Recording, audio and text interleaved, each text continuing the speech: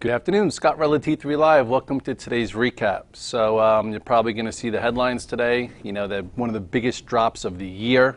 Most markets and indices closed on their lows, and there's been a lot of things adding up to this. You know, there are some people out there that have been trying to call a top for multiple years, and at some point, you know, you have a correction or you have corrective activity that actually could be healthy. And then there are those traders that try and trade with a plan, using a process with discipline and execution. And, you know, for all of you in the community, I think you realize that, you know, part of our process is when you break the 8 and 21-day moving average, we go from trying to be constructive / long on the market in a portfolio approach. That's when we get out. And then if you stay below it for a certain period of time, then you start looking for shorts. And we pretty much talk about that at every step of the way.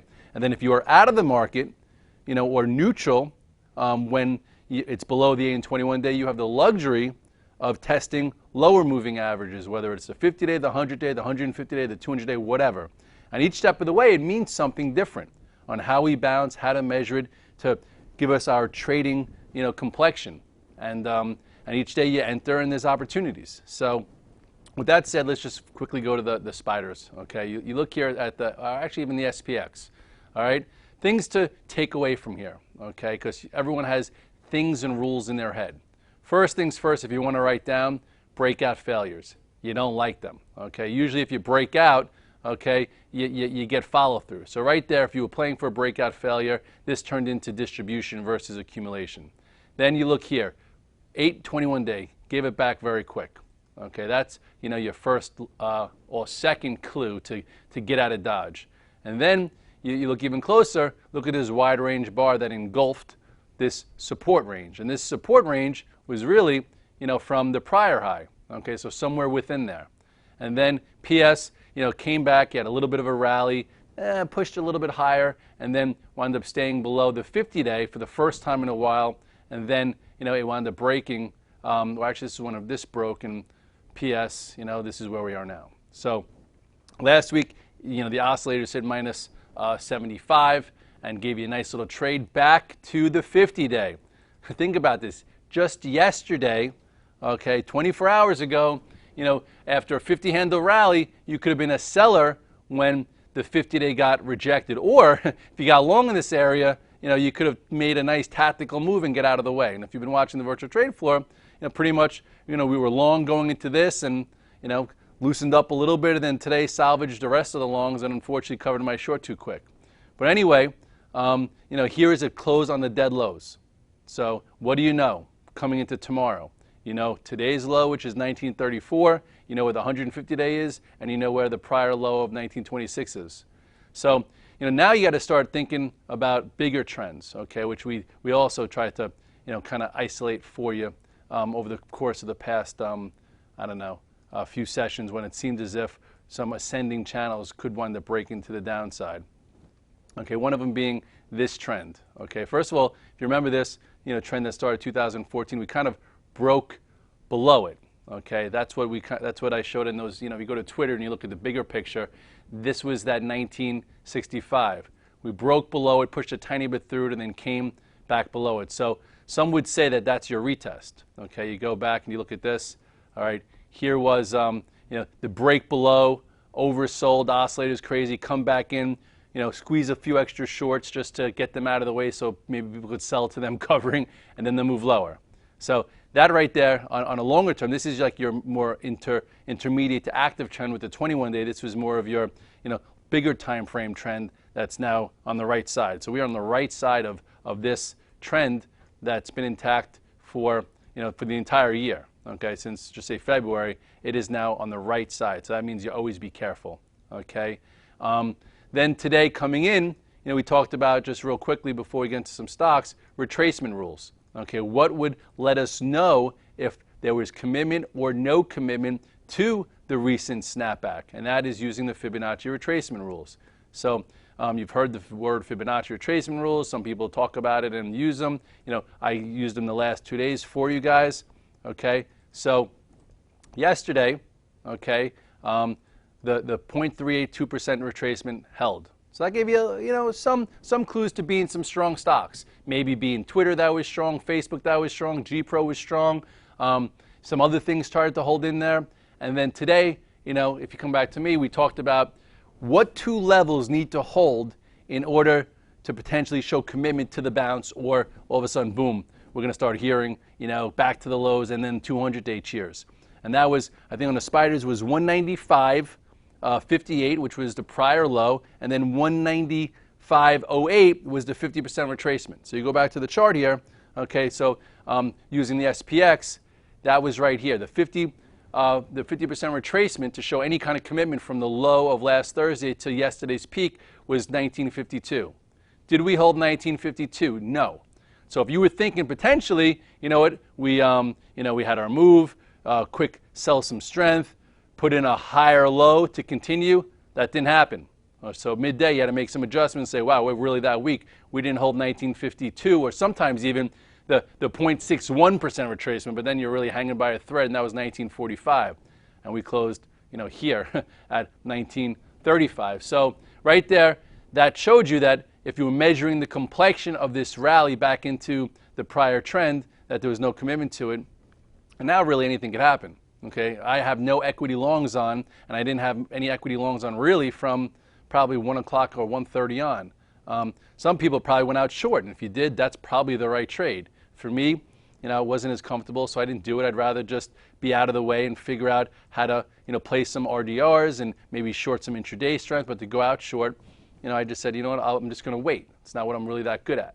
So anyway, the retracement rules helped give you clues of whether or not we would have any kind of commitment to this move, and there wasn't. And now we're right here. Why wouldn't we at least test, the 150-day again? And usually if you hit something a few times, it doesn't hold, and then that. So there is I'd say a very good chance that we retest the August lows, and at the same time, the 200-day probably comes up to it. So let's go to the weekly chart of the SPX and see, where that comes into play. Okay, this was actually a 2013 trend, which, look at that, we're below that. And let's go even further back. This isn't even in jeopardy yet, but this is you're going back to 2011. Remember that red dog reversal? So that trend is all the way down here. So you have 1885 here, and you have that. So and we're, like you said, on the right side of this trend line, and being on the right side for an extended period of time would yield a little bit more confidence to the bears. And in the meantime, about 2-3 weeks ago, we started talking about all of the stocks that are 20 to 30% off their highs, even though the S&P is only 2.5% off the highs, and the Russell showing extreme weakness, especially when it traded on the right side of its trend, which was like 114.50 in the IWM. So you go to the IWM. Okay, I'm not getting. There's the data.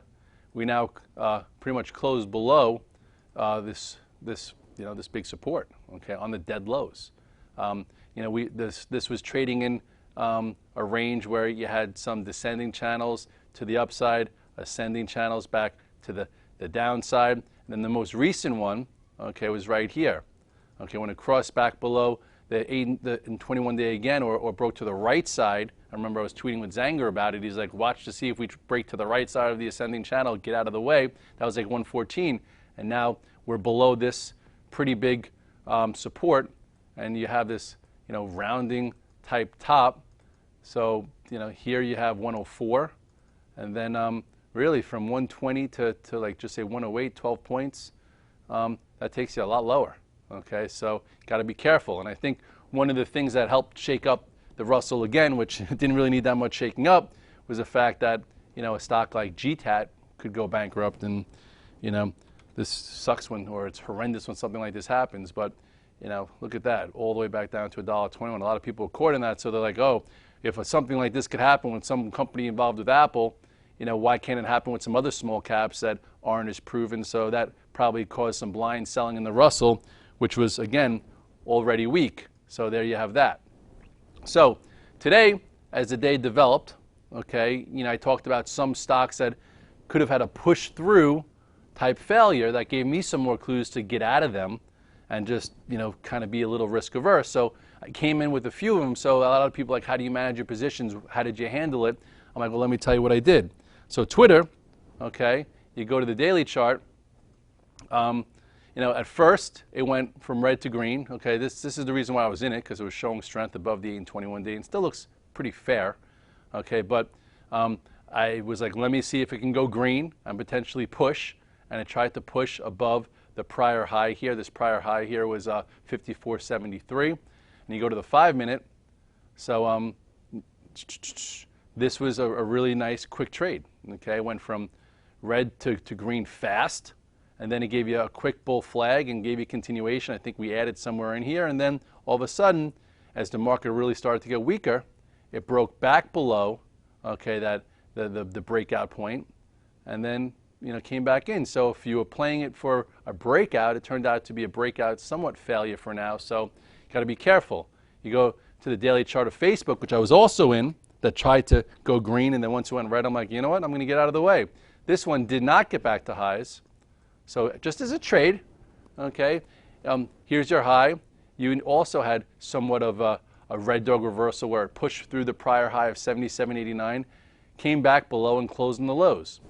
So that's more of a short-term sell versus buy, especially considering that it didn't show the same relative strength. Look at the last time it came in. The last time it broke the 8 and 21 day, it came all the way to the trend line and bounced real quick and then held it and made new highs. This one came down to the 50-day, came up, didn't reclaim more than half of it this time, and then started to look decent and roll down. So just get out of the way and wait to see what happens the next time this happens. Some people will probably short this, and I guess that makes a little bit of sense. Another stock we talk about is Apple, and this looks a little vulnerable. Two upgrades today. It was only up like 20 cents, and I was like, you know what, this feels as if it could be pressured, and that'll give some clues on the overall market. 2 upgrades and it can't get above 100, chances are there's sellers out there in this market, and it closed on the lows. And short-term active traders probably would be short this overnight versus long it. Okay, still has come a long way. It just broke below the 50-day. It hasn't. The last time it broke below the 50-day was a trap. I don't know what this time is going to be, but I would be very, a little bit more short-term careful versus longer-term opportunistic if something were to happen here. You still have this support going sideways, and there is some room there, and then there's some room to even here. So with the market that's in corrective pressure mode, I know money likes to hide in Apple, but overall, this trend that's been intact is getting a little wishy-washy. So just take a little care there.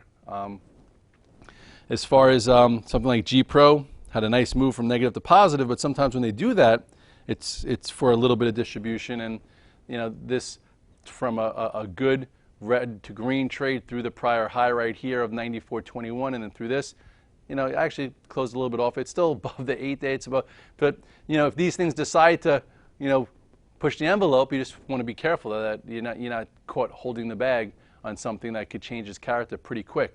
This has been proven to be a real strong stock and proven to break out and hold 8 days. And this time was a little bit shakier here, but it was in a shakier market because of that whole, the unlock.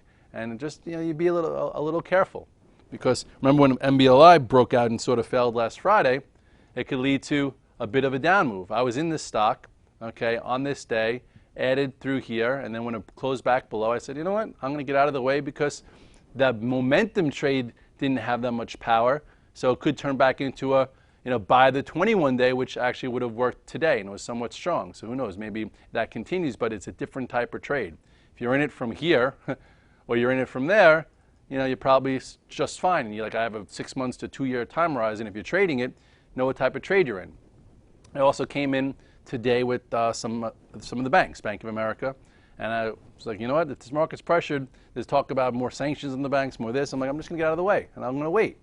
And Bank of America tried to hold up, but then look at this. This is sort of what I say, like a breakout failure. Broke out above this small little signal that just even take some profits, and then when it traded back below this 17, 18, you could have sold some and said, it's not strong enough to hold. And I was trading it for a trending trade higher, not an investment type of trade. So now we'll see what happens here as it gets back to the 21 day. It closed on the dead lows, so it's something you have to kind of watch. This was a nice trade here. This is when it settled. Okay, but here, see, this was a momentum trade that broke out, had some follow through, held higher, continued. This one broke out, if it would have held here and went sideways as a momentum trade, I would have been like, okay, I'm staying in Bank of America. But as it came below this and came below that, I'm going to get out, and then I'll see how it potentially handles this area depending on what goes on in the overall market. Morgan Stanley, I tried it yesterday, but I was like, you know what, this is a catch-up trade because it's not near the highs. It didn't go through this, and then when it reversed, exited because I'm like, okay, this is a lower high. It didn't even make new highs, so this is a weaker bank, and then this happened. So now we'll see what goes on here. Okay, it's probably just it's an avoid for a little while, and there are some people thinking this is a left shoulder, a head, or right shoulder, and this is now your neckline. So if we break below this, that will give you some clues that the market's most likely going lower too. So there's like lots of little things you got to take out from the day to day, and you have to kind of have like a whole sense of judo in your head. If this happens, then do that. If that happens, then do this. And that's sort of like the way I treat each day. Yesterday, I was like, okay, normal pullback, right? 3 days, 50 handles.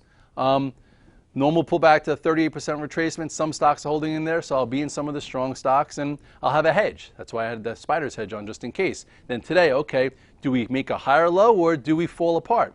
Fell apart, get out of the way and wait. Even sectors like this that tried to rally, the XLE tried to rally, okay, and then turn lower. So this has been happening lots of times. So, these are broken sectors. This is below the 200-day. There's real selling there. All right. This is when it broke the 8-21 day and it rallied up to it and got rejected by it. Rallied up to it, got rejected by it. It is a little oversold, but it doesn't mean, you have to commit capital there. It's still weaker. I know people are talking about activists and this and that coming in there, but it's not the reason why you buy a stock, especially if it doesn't hold. This too, just so you watch trends. Look at this OAHs here. When this trend broke, you get out of the way.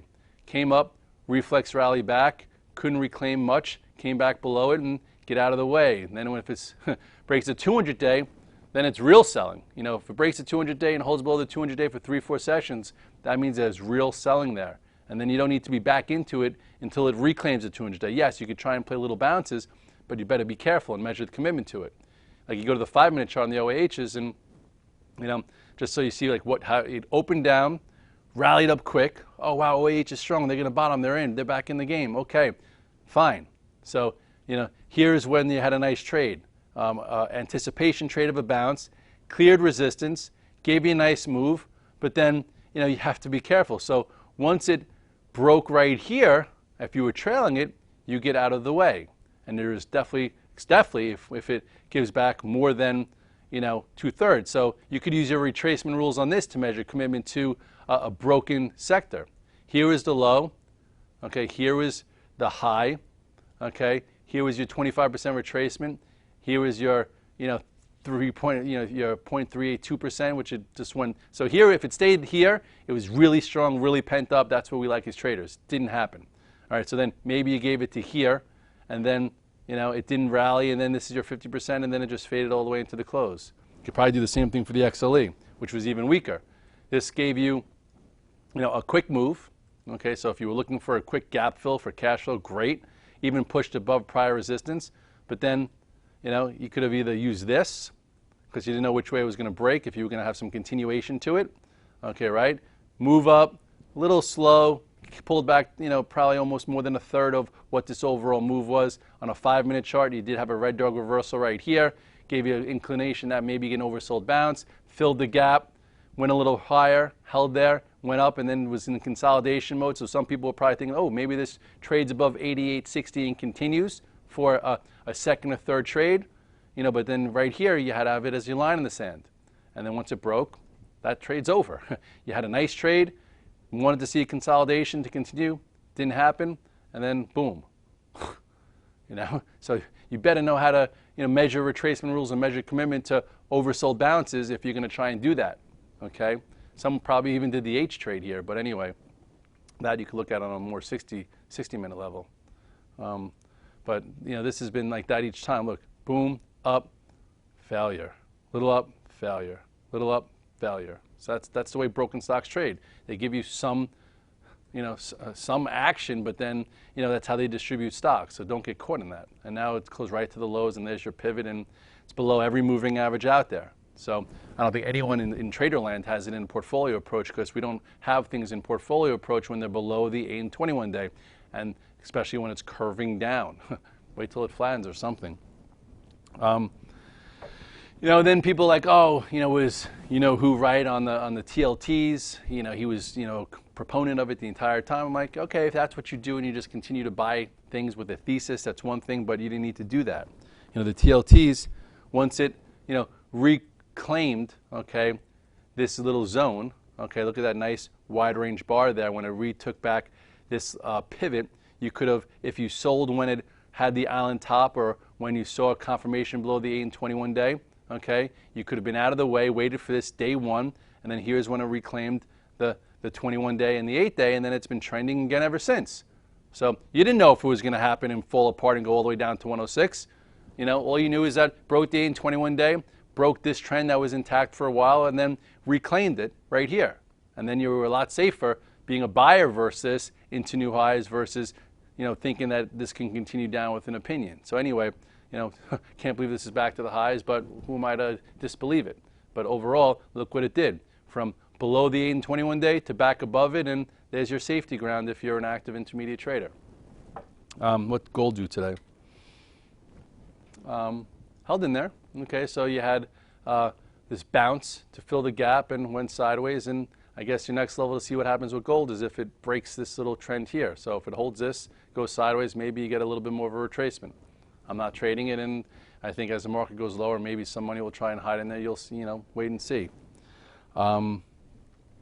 Loco is a good example of having a somewhat of a process, I guess. I came in long it, triggered above this prior high, which was a 37.60. Put a topping tail in if you were playing for a move to break out to new highs, and it pushed through and came back below. Especially if you were in like tier 1, went to tier 2. Hopefully you sold some strength on day 4, but when it came back below, you have to lighten up.